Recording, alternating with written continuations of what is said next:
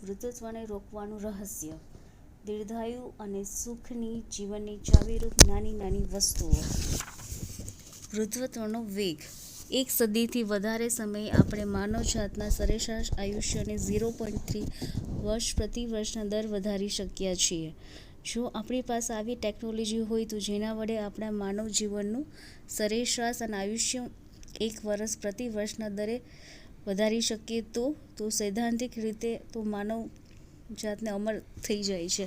કારણ કે આપણા આયુષ્યમાનમાં દર વર્ષે 1 વર્ષનો વધારો થઈ જાય છે. આપણે જીવનની કાયમ માટે છટકી અને જતું અટકાવી શકીએ. વૃદ્ધત્વનો વેગ અને સસલું. માની લો કે દૂરના ભવિષ્યમાં ક્યાંક એવો માઇલસ્ટોન છે જેની પર તમે તમારા મૃત્યુની ઉંમર લખેલી છે. દર વર્ષે તમે એ માઇલસ્ટોનની નજીક આવતા જાઓ છો.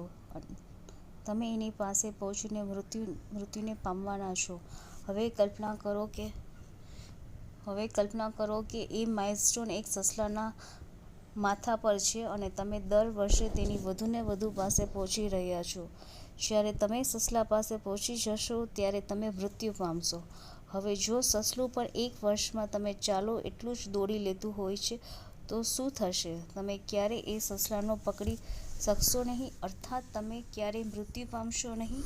સસલું જે ગતિએ ભવિષ્યની દિશામાં આગળ વધી રહ્યું છે એ ગતિ એટલે આપણી ટેકનોલોજી. આપણે જેટલી ટેકનોલોજી અને માનવ શરીરનું જ્ઞાન વધારીશું એટલું જ આપણે એ સસલાને વધારે ગતિથી આગળ દોડતું કરી શકશું.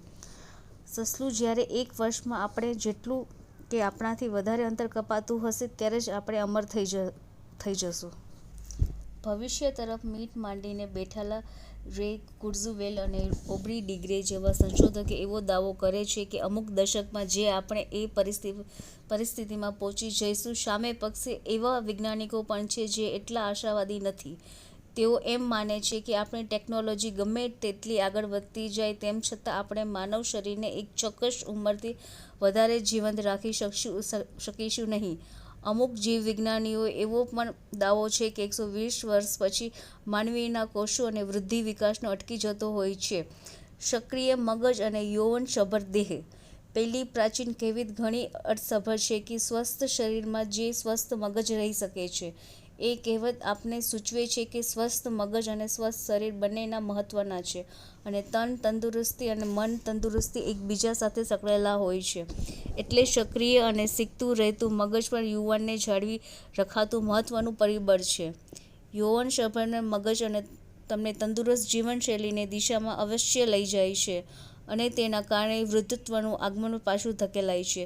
શારીરિક કસરતોના અભાવને કારણે આપણા શરીરમાં મિજાજ પર જે રીતે નકારાત્મક અસર પડે છે એ જ રીતે માનસિક કસરતના અભાવથી પણ નકારાત્મક અસર પડે છે. તેના કારણે આપણું ચેતાતંત્ર નબળું પડી જાય છે અને એ ચેતાઓ વચ્ચેના જોડાણ પણ નાશ પામવા માંડે છે. પરિણામે આસપાસના વાતાવરણ સાથે અનુકૂળ સાધવાની આપણી ક્ષમતા પણ ઘટવા માંડે છે. એટલે જ મગજને કસી રાખવું અત્યંત જરૂરી બની રહે છે. માનસિક કસરત આવશ્યક છે તેવું સિદ્ધ કરવામાં પ્રારંભિક વૈજ્ઞાનિકો એવા ઇઝરાયેલી વૈજ્ઞાનિક શ્લોમો બ્રેઝનિટ્ઝનું કહેવું છે કે મગજને સતર્ક રાખવા માટે ઘણી બધી કસરતની જરૂર પડતી રહે છે. સ્પેનના એક ટીવી અને પ્રોગ્રામમાં રેડ્રીસ નામનું એટ્યુડના પણસેટના ઇન્ટરવ્યૂ આપતી વખતે તેમણે કહ્યું હતું, કોઈ માણસ માટે યોગ્ય શું છે અને તેને શું જોઈએ એ બાબતો અંગે હંમેશા તણાવ રહેતો હોય છે. એનું કારણ એ છે કે લોકો અને ખાસ કરીને વૃદ્ધ લોકો તેમણે હંમેશા જેમ કર્યું હોય તેમ જ કરવું હોય છે. મૂળ સમસ્યા એ છે કે એકવાર મગજને કોઈ કામ કરવાની આદત પડી જાય છે એ પછી તેણે એ વિશે વિચારવાનું રહેતું નથી. એ કામ આપોઆપ સારી રીતે થઈ જાય છે. એમાં ઘણીવાર લાભ પણ થતો હોય છે કારણ કે લોકો પોતાની આદતો બદલવા તૈયાર હોતા નથી અને આદતો બદલવાનો એકમાત્ર ઉપાય છે મગજને નવી માહિતી આપવાનો રહેવાનો. નવી માહિતી મળતાં જ મગજના નવા જોડાણો રચાય છે અને તેમાં શક્તિ અને તાજગીનો પણ સંચાર થાય છે. એટલે જ પરિવર્તનને આવકારવું અત્યંત મહત્વનું છે. એ માટે તમારે કમ્ફર્ટ ઝોનમાંથી નીકળવું પડે છે અને તમને થોડી ચિંતા થાય તો એ પણ આવકારદાયક છે.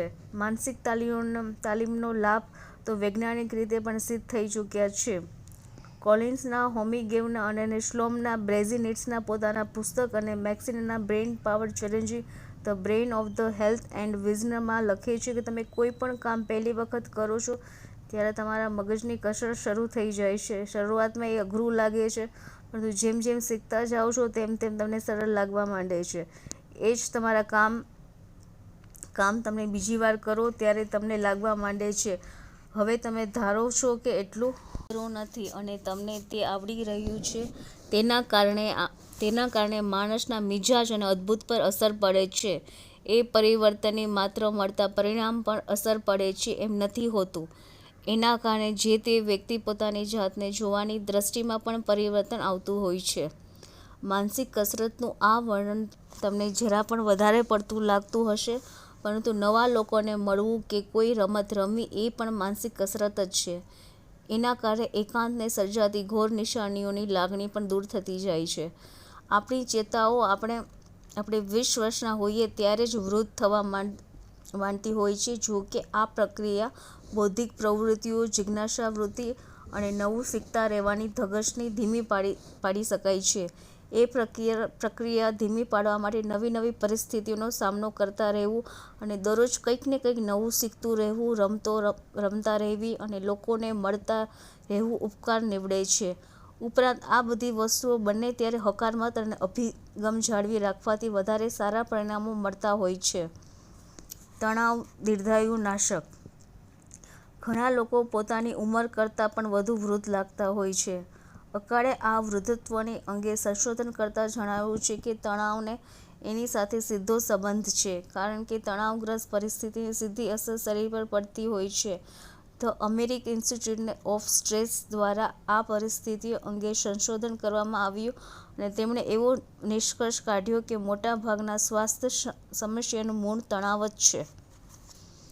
હેઇડલબર્ગ યુનિવર્સિટી હોસ્પિટલના સંશોધકે એક પ્રયોગ કર્યો.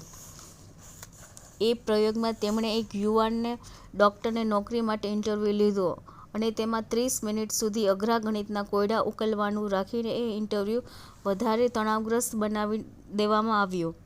એ પછી તેમણે એ ડૉક્ટરને લોહીનો નમૂનો લીધો.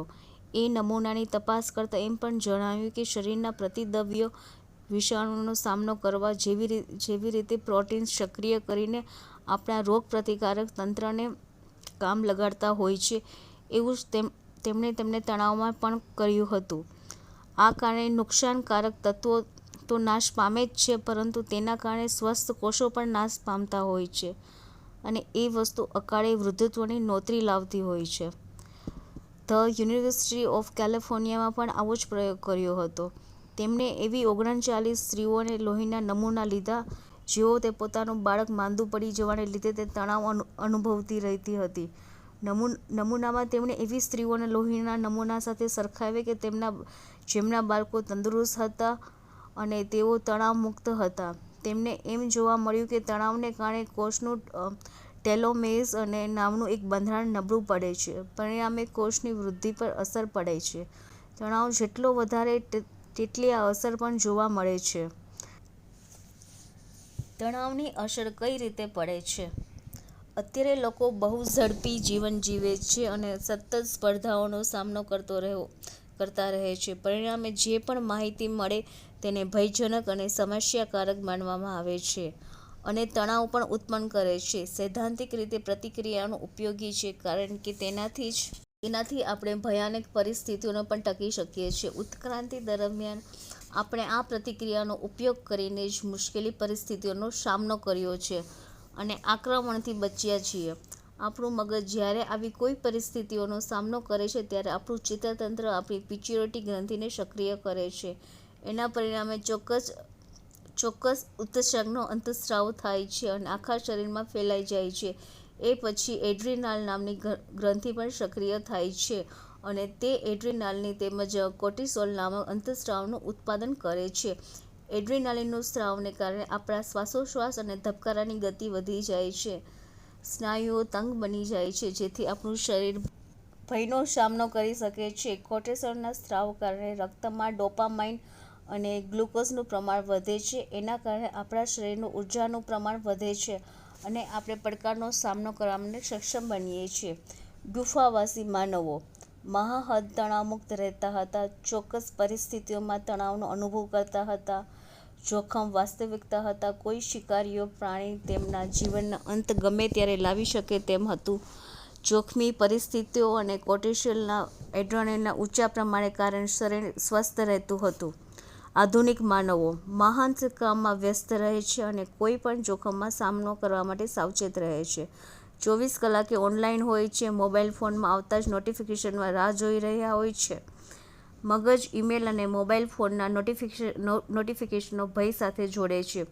શરીરમાં કોર્ટિસોલના ઓછા પ્રમાણમાં સતત વહેતું રહે છે, જેના કારણે સ્વાસ્થ્ય પર અસર પડે છે અને સતત થાક અનુભવાય છે. આ પ્રક્રિયાઓનો પ્રમાણસર થતી હોય ત્યારે લાભદાયી હોય છે. તેના કારણે આપણે દૈનિક જીવનમાં પડકારનો સામનો કરી શકીએ છીએ. જો કે આધુનિક સમયમાં માનવી જે રીતે સતત તણાવમાં રહે છે તેને કારણે તો નુકસાન થાય છે.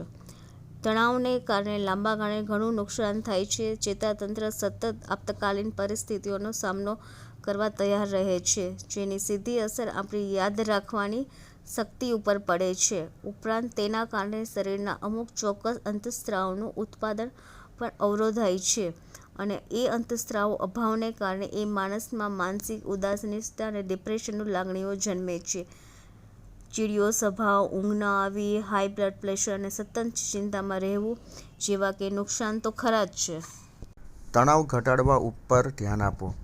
આપણે જે પરિસ્થિતિ જોખમકારક લાગતી હોય તે વાસ્તવમાં જોખમી હોય છે કે નહીં, પરંતુ તેના કારણે ઉત્પન્ન થતો તણાવ તો આપણે સરળતાથી ઓળખી શકીએ છીએ.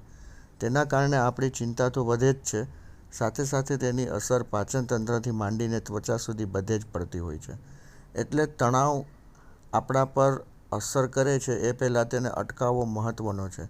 માટે જે વિશેષજ્ઞો પણ આપણને ધ્યાન ધરવાની સલાહ આપતા હોય છે. તણાવ ઘટાડવાની આ પદ્ધતિના કેન્દ્રમાં છે સ્વ પર ધ્યાન આપવાની વાત. માણસે પોતાના શરીરની પ્રતિક્રિયાઓ ઝીણવટથી નોંધવી પડે છે. ભલેને તે પ્રતિક્રિયાઓ આદતવશ જ થતી હોય, પણ તેના વિશે આપણે જાણતા હોઈએ તે જરૂરી છે.